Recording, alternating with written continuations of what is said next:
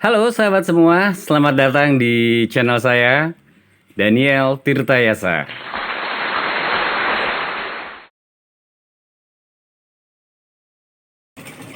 Shalom, selamat sore sahabat semua, apa kabarnya? Selamat hari Minggu, selamat beribadah yang sudah melakukan ibadah offline. Selamat merayakan hari Pentakosta, di mana pencurahan Roh Kudus terjadi.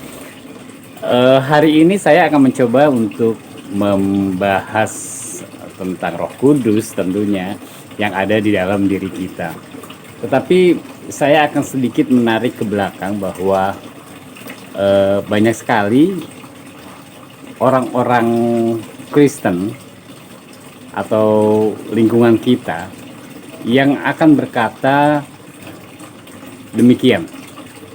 Tiba-tiba dia sakit, tadinya dia sehat, lalu tiba-tiba dia sakit, menggigil, jatuh sakit, dibawa ke rumah sakit, ke dokter, tidak sembuh. Lalu dia berpikiran seperti ini, wah gue disantet nih bro, wah gue kena guna-guna nih bro kayaknya, atau wah gue diteluh nih sama musuh gue, sama klien gue yang gak suka sama gue, atau oleh teman kantor saya nih yang tidak suka sama saya, dia guna-guna saya sehingga saya tidak mau kerja, malas kerja. Banyak hal yang terjadi seperti itu. Sahabatku, roh kita ini adalah roh paling besar, ya, roh yang sudah tidak bisa kita katakan bisa dimain-mainkan. Di 1 Yohanes 4:4 itu dikatakan bahwa kamu berasal dari Allah anak-anakku, dan kamu telah mengalahkan nabi-nabi palsu itu, sebab roh yang ada dalam kamu lebih besar daripada roh yang ada di dalam dunia. Ya, saya garis bawahi, sebab roh yang ada di dalam kamu lebih besar daripada roh yang ada di dunia. Ya. Jadi bagaimana mungkin roh yang ada, Roh Kudus yang paling besar di dunia, tidak ada roh satu pun yang bisa mengalahkan Roh Kudus ini, roh kemenangan, bisa kalah oleh roh kegelapan. Bisa-bisanya kita mengklaim bahwa roh kegelapan ada dalam diri kita. Padahal jelas yang menguasai tubuh kita ini adalah Roh Kudus, bukan roh lain. Perumpamaan gampangnya seperti ini, temanku. Ada rumah, terus saya beli rumah, atau kita beli rumah, lalu saya menempati rumah itu, atau kita menempati rumah itu. Tetapi pada suatu saat tiba-tiba datang segerombolan orang atau satu orang, entah dari mana datangnya itu, datang ke rumah kita lalu menguasai rumah itu. Mungkin nggak? Secara hukum tidak mungkin itu bisa dilakukan oleh orang lain terhadap hak kita. Kita yang sudah menjadi orang percaya yang Roh Kudusnya besar ini, lalu tiba-tiba digeser, ada santet luar biasa misalnya dari Banten gitu.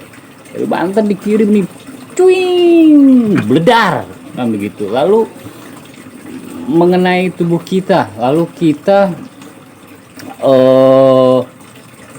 merasa bahwa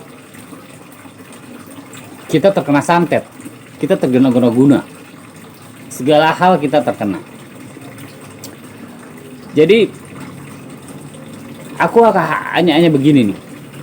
1 Yohanes 4 ayat 6 mengatakan, kami berasal dari Allah, barang siapa mengenal Allah, ia mendengarkan kami. Barang siapa tidak berasal dari Allah, ia tidak mendengarkan kami.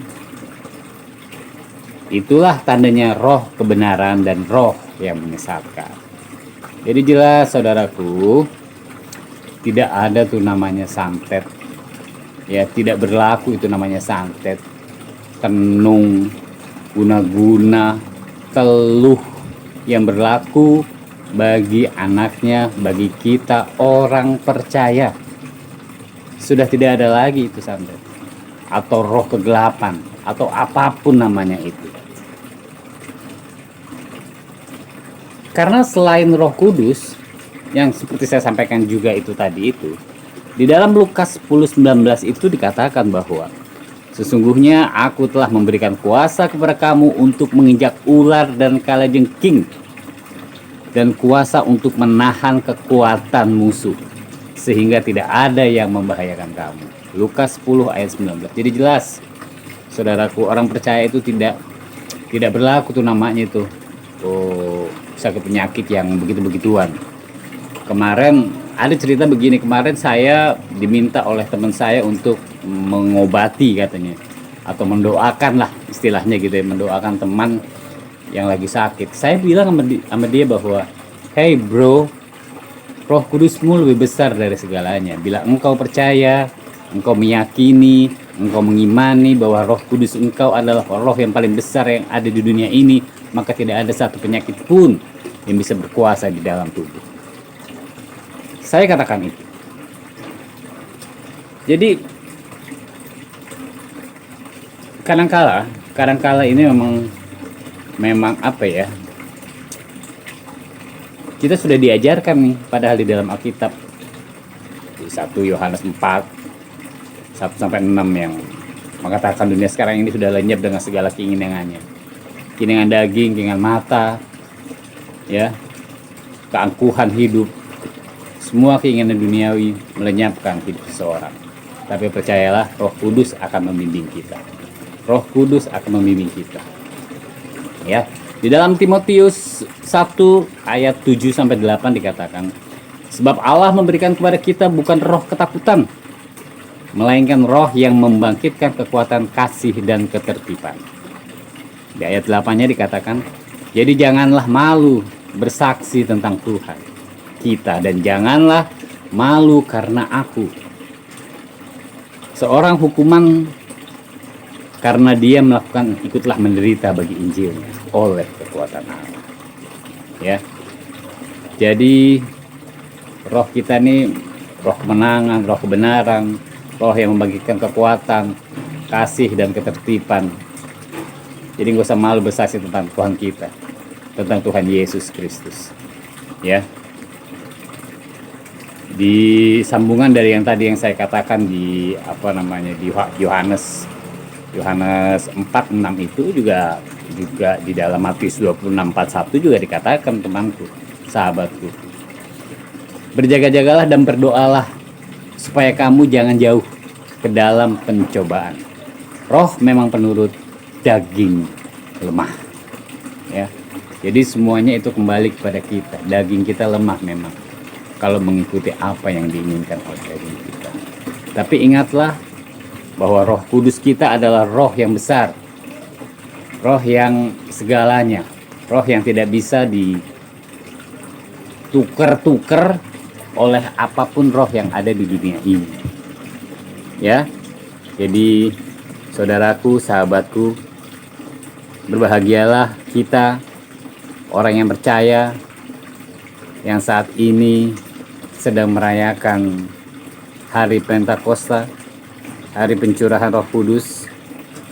Berbahagialah bahwa ada Roh Kudus di dalam diri kita. Bayangkan orang-orang yang bukan orang percaya, yang dia sangat percaya sekali dengan teluh, dengan tenung, dengan dukun, dengan santet, dengan segalanya. Tapi kita orang percaya, kita ada Roh Kudus, kita percaya kepada Tuhan Yesus dan Bapa kita. Demikianlah, selamat sore sahabat semua. Dari tempat saya yang sangat agak gelap mendung-mendung ini, saya ingin menyampaikan terima kasih banyak. Shalom, sampai berjumpa di channel YouTube saya kembali. Daniel Tirtayasa.